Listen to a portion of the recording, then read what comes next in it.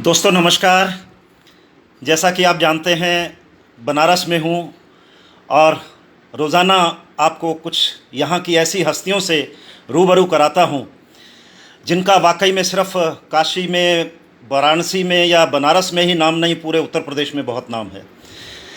आज इसी श्रृंखला को जारी रखते हुए और एक आपसे गुजारिश कर रहा हूं पहले कि बीच में आप जिस वक्त लाइव चल रहा हो कोई मैसेंजर पर या फ़ोन ना किया करें।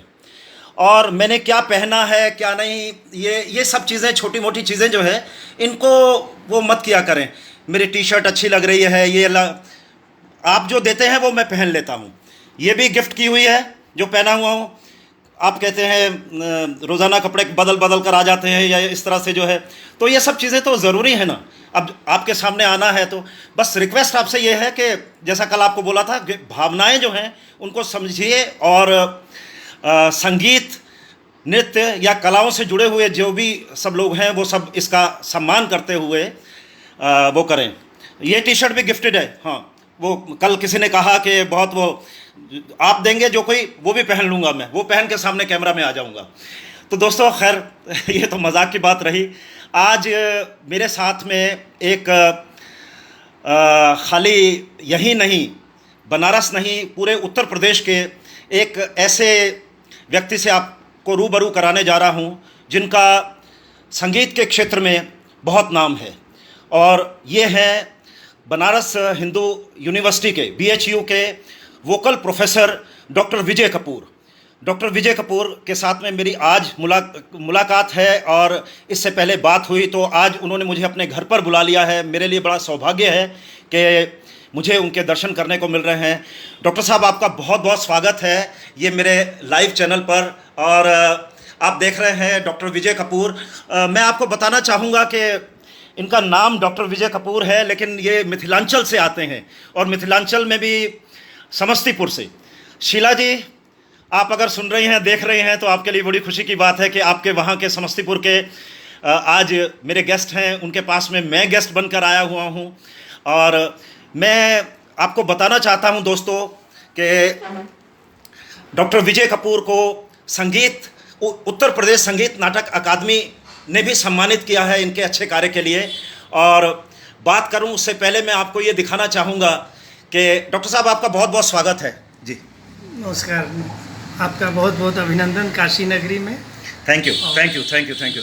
मैं दोस्तों, जो इस रूम में इनके अवार्ड्स अनगिनत लगे हुए हैं, मैं सबसे पहले वो दिखाना चाहूँगा आपको। आप देखिए, कोशिश करता हूँ मैं।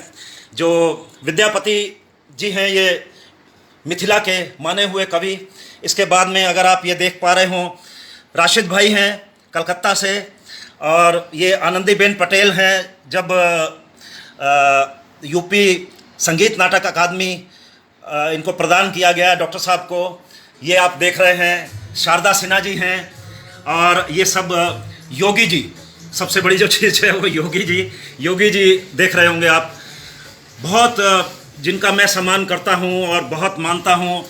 रविंद्र जैन जो है, जो चाहे वो उनका गीत हो, संगीत हो या गायन हो, उसका कोई जवाब नहीं। और बाकी बेशुमार ट्रॉफीज़ हैं, बहुत सब हैं। और जो देख रहे हैं आप, रूप कुमार राठौर हैं, ये जानते होंगे आप, जो तीनों भाई हैं जो गाते हैं। हाँ, ऊपर देख रहा हूँ मैं तो ये मालिनी जी भी हैं यहाँ पर। मालिनी जी सर्वव्यापी हैं। मालिनी जी, कोई ऐसी जगह नहीं जहाँ मालिनी जी ना हो। और ये देख रहे होंगे आप, गज़ल सम्राट पाकिस्तान के गुलाम अली साहब हैं। और ये सब बहुत, अनूप जलोटा भी हैं ऊपर।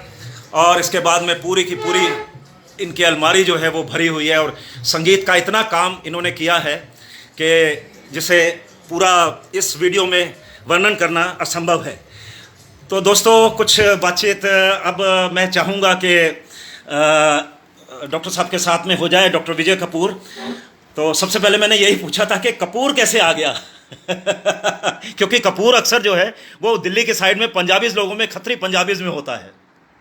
मैं मिथिला का रहने वाला मैथिल ब्राह्मण हूँ। हम लोगों के यहाँ झा चौधरी ये टाइटल है जी। तो मेरा चौधरी टाइटल है जी जी जी। और लेकिन बचपन से एक आर्टिस्टिक नाम कपूर रख दिया गया, जो हाई स्कूल से ही सर्टिफिकेट में कपूर इसलिए भी डॉक्टर साहब रख दिया होगा क्योंकि कपूर की जो गंध होती है या जिस वक्त उसको जलाया जाता है तो वो पूरे वातावरण को जो है वो एकदम से इतना सुगंधित कर देती है, तो वो शायद ये सोच के कपूर रखा होगा। हाँ बिल्कुल, जो भी है नाम भी जो है लोग ऐसे समझते हैं कि हम पंजाबी हैं, लेकिन मैं मिथिला का रहने वाला मैथिल ब्राह्मण हूँ। वाह। और संगीत की खोज में समस्तीपुर दलसिंह सराय से चलकर 89 में बनारस आया। क्या बात है। और भोलेनाथ ने सदा के लिए अपने नगरी में बसा लिया। वाह। काशी हिंदू विश्वविद्यालय जो एशिया का सबसे बड़ा विश्वविद्यालय है, जी जी जी, वहाँ हमने शिक्षा ग्रहण की और विगत 24 वर्षों से मैं गायन विभाग में कार्यरत हूँ एवं यहाँ से देश विदेशों में अनेक बड़े मंचों पर संगीत गायन के माध्यम से निरंतर सेवा करने डॉक्टर साहब। हाँ वाह, क्या बात है। मैं जानना चाहूँगा आपसे, मेरी एक जानकार हैं, दिल्ली में रहती हैं, अभी तो आजकल दिल्ली में नहीं रह रही हैं, प्रिया पांडे। आप जानते हैं उनको? वो भी BHU से हैं, वो स्टूडेंट रही क्योंकि वो अच्छा अच्छा अच्छा अच्छा हम लोग के समय में थी वो। हाँ हाँ हाँ, उन्होंने भी शिक्षा ली है। अच्छा और अच्छा अच्छा, न जाने कितने हजारों जी मेरे परिचित हैं, वो परिवार मेरा परिचित है। और मुझे अचानक से याद आ गया जिस वक्त आपने कहा। तो डॉक्टर साहब, आपसे मैं ये गुजारिश करने के लिए यहाँ पर पहुँचा हूँ और आया हूँ कि मुझे कुछ इस तरह का प्रेरणा जो है, अंतः प्रेरणा बाबा की कृपा से हुई कि उर्मिला जी, बहुत बहुत धन्यवाद करता हूँ आपको। उर्मिला दीदी इलाहाबाद से देख रही हैं मुझे और बहुत सारे लोग देख रहे हैं और सबका स्वागत करता हूं। उर्मिला दीदी का बहुत आशीर्वाद रहा। कथक में बिरजू महाराज की शिष्या हैं, बहुत एकदम से सीनियर डिसाइपल हैं उनकी। और बहुत बहुत उर्मिला दीदी स्वागत है आपका। और मैं जैसा आपको कह रहा था डॉक्टर साहब कि मुझे कुछ पूर्वांचल को उत्तरांचल के साथ में और उत्तरांचल को पूर्वांचल के साथ में जोड़ना है। मैं ये चाहता हूँ कि जो कला के लिए या कलाकारों के लिए मैं कुछ ऐसा कार्य करूँ, क्योंकि अभी तक मीडिया में रह के या संगीत में रहकर जो कुछ मैंने किया, आप सब लोगों ने, दोस्तों ने, सब लोगों ने बहुत तारीफ़ की उसकी। इससे और 4 कदम आगे जाकर मेरी इच्छा ये है कि मैं कुछ और कला के लिए और कलाकारों के लिए भी करूँ। तो मैं चाहूँगा कि आपका सहयोग जो है वो डॉक्टर साहब मिले मुझे।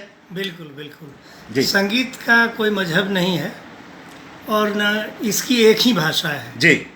संगीत का जो साहित्य और संगीत जिसको कहते हैं, और ये तो कला साहित्य की नगरी है। तो शास्त्रीय संगीत जो काशी में है, घराने जो हैं बनारस में, और इसके सुगंध जो है पूरी दुनिया में फैली हुई है।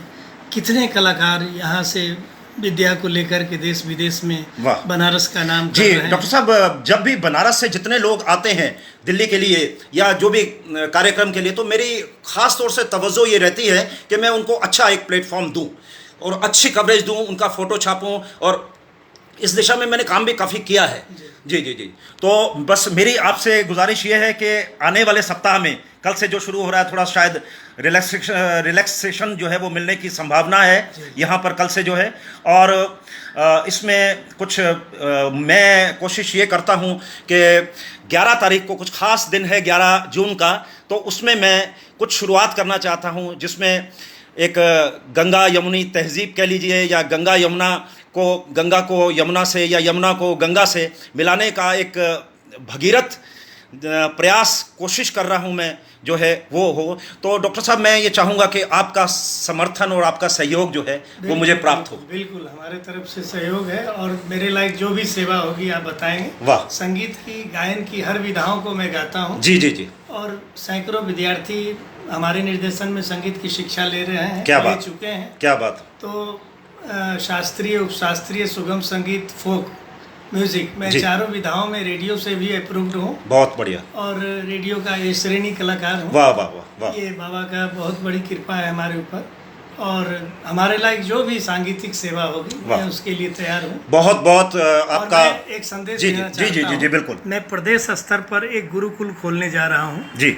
फिलहाल प्रदेश स्तर पर हमारे रामनगर जिला वाराणसी, बहुत बढ़िया, बहुत बढ़िया, गंगा के उस पार, वहाँ प्रदेश स्तर पर जो निर्धन बच्चे हैं, जो प्रतिभाशाली हैं, जिनके पास पैसे नहीं हैं संगीत सीखने के लिए, रहने के लिए, तो उनके लिए मैं सारी सुविधा वहाँ पे देने जा रहा हूँ। बहुत बढ़िया। रहना, खाना, शिक्षा, डिग्री, सब मैं निःशुल्क दूंगा ऐसे क्या बच्चों बात के है, लिए। क्या बात है, क्या बात और है। ये शायद वाराणसी में पहली बार ऐसी व्यवस्था होने जा लेकिन रही है। अभी ये देखा गया डॉक्टर साहब, डॉक्टर विजय कपूर के पिछले 1.5 साल से कोरोना काल में, चाहे वो आर्टिस्ट रहे हों, चाहे वो जर्नलिस्ट रहे हों, उनके लिए बड़ा टफ टाइम गुजरा। ये बहुत ऐसा एक टाइम था कि मैं बता नहीं सकता। अब कोशिश की जाए तो उससे निकलने की, लेकिन लगता नहीं कि 1 साल से पहले हम इस आपदा से निकल पाएंगे, ये लगता नहीं है।